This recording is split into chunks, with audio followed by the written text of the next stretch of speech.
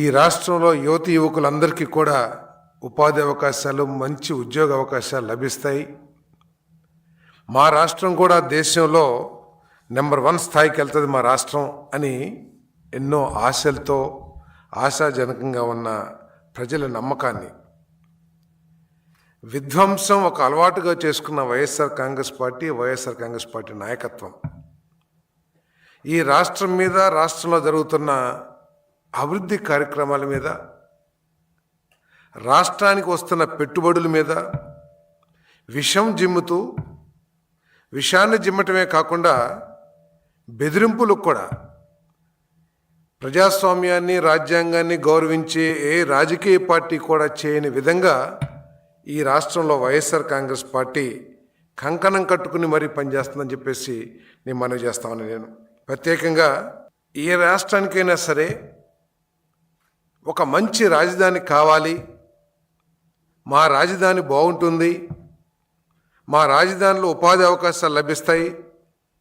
గ్రామాల నుంచి ఎన్ని వేల మంది వెళ్ళినా కూడా మాకు ఏదో ఒక ఉపాధి లభిస్తుంది అని చెప్పేసి రాష్ట్రంలోని ప్రజలందరికీ కూడా ఆ రాజధాని పట్ల ఒక నమ్మకాన్ని కలిగించే విధంగా రాజధానిని అభివృద్ధి చేసుకోవాల్సిన అవసరం ఉంటుంది. దురదృష్టం, వైఎస్ఆర్ కాంగ్రెస్ పార్టీ 2019-24 మధ్యలో అధికారంలోకి రావటం మూలంగా ఈ రాష్ట్ర ప్రజల కలలన్నీ కూడా విధ్వంసం చెంది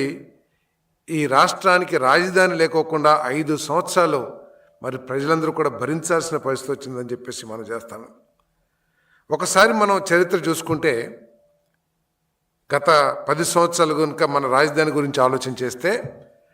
2014 ఎన్నికల్లో ఆ రోజు వైఎస్ఆర్ కాంగ్రెస్ పార్టీ నాయకుడిగా అధికారం కోసం పోరాటం చేసిన జగన్మోహన్ రెడ్డి గారు, నేను హైదరాబాద్ను మించిన మహానగరాన్ని ఆంధ్రప్రదేశ్లో ఏర్పాటు చేస్తానని చెప్పేసి ఆ రోజు ఎన్నికల ఉపన్యాసాల్లో చెప్పారు. ఆ రోజు ప్రజలందరూ కూడా చంద్రబాబు నాయుడు గారికి పట్టం కట్టారు. చట్ట ప్రకారం, రాజ్యాంగ ప్రకారం 2014లో అధికారంలోకి వచ్చిన ప్రభుత్వానికి రాజధాని నిర్మించుకునే హక్కుని మరి ఆ రోజు విభజన చట్టం కల్పించిన విషయం అందరికి తెలిసిందే. మరి ఆ రోజు అసెంబ్లీలో చంద్రబాబు నాయుడు గారు ప్రతిపాదించిన అమరావతి రాజధానిని మనస్ఫూర్తిగా నేను ఆహ్వానిస్తున్నాను, సపోర్ట్ చేస్తున్నాను అని చెప్పేసి చెప్పిన జగన్మోహన్ రెడ్డి గారు ఏ విధంగా చేశాడో, ఈ అమరావతిని ఏ విధంగా విధ్వంసం చేశారో ఒకసారి ఆలోచించాలని చెప్పేసి మనవి చేస్తాను. ఆ రోజు ఆ విధంగా మాట్లాడిన జగన్మోహన్ రెడ్డి గారు,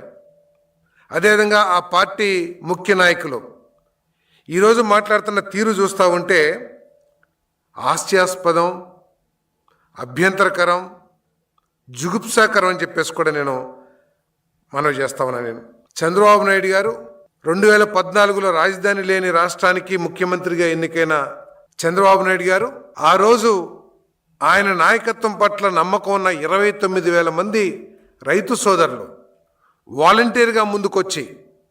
మా రాష్ట్రంలో ఒక అంతర్జాతీయ స్థాయి రాజధాని ఏర్పాటులో మేము కూడా భాగస్వాములు అవ్వాలి అనే ఒక గొప్ప ఆలోచనతో దాదాపు 33,000 ఎకరాలు రాజధాని కోసం వారు త్యాగం చేశారని చెప్పేసి నేను మనవి చేస్తామని నేను ఆ రోజు ఆ 33,000 ఎకరాల్లో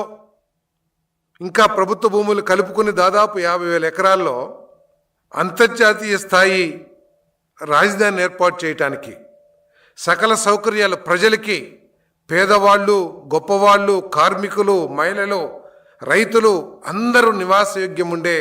ఒక రాజధానిని ఏర్పాటు చేస్తానికి చంద్రబాబు నాయుడు గారు అంకురార్పణ చేశారని చెప్పేసి కూడా నేను మనవి చేస్తాను.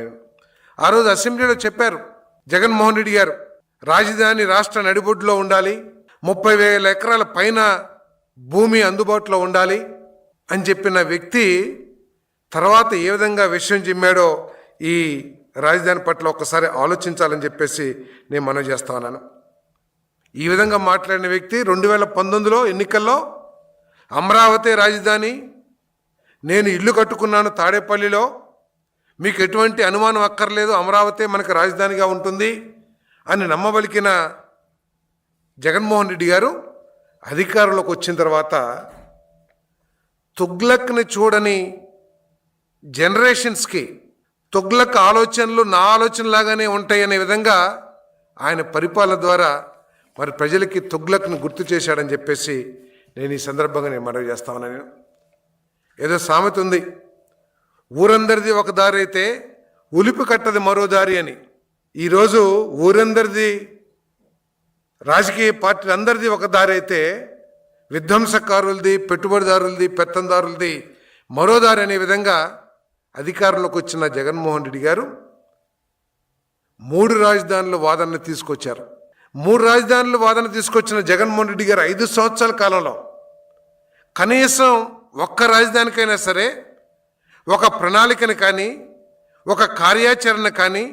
ప్రకటించడం కానీ ప్రారంభించడం కానీ చేశారా అని చెప్పేసి నేను ఈ సందర్భంగా మనం అడుగుతా ఉన్నాను. నేను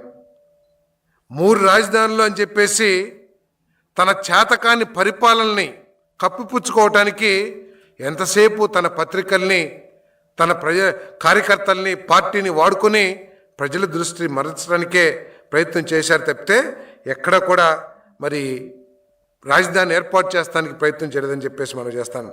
ఒక ప్రణాళిక లేకపోవటమే కాకుండా అమరావతిని ఎడారి శ్మశానాలతో పోలుస్తాం. అమరావతికి 33,000 ఎకరాలు ఇచ్చిన రైతుల్ని అవమానించటం, మరి ఆ అమరావతి రైతులు దాదాపు 5 సంవత్సరాలు కూడా ప్రపంచంలో ఎక్కడ హిస్టరీలో లేని విధంగా ఒక ఉద్యమాన్ని చేశారు మహిళలు, రైతులు అందరూ కూడా అని చెప్పేసి మనం చేస్తాను. ఎంతసేపు భ్రమరావతి, కమరావతి, లేకపోతే ఇన్సైడర్ ట్రేడింగ్, రకరకాల మాటలతో తనకున్న మందబలంతో, అసెంబ్లీలో తనకున్న బలంతో తన చేతకానితనాన్ని కప్పిపుచ్చుకుంటానికి ప్రయత్నం చేశారే కానీ ఎక్కడ కూడా రాజధాని ఏర్పాటు చేస్తానికి ప్రయత్నం చేయలేదని చెప్పేసి మనం చేస్తాను. Please subscribe to Leo news for more videos.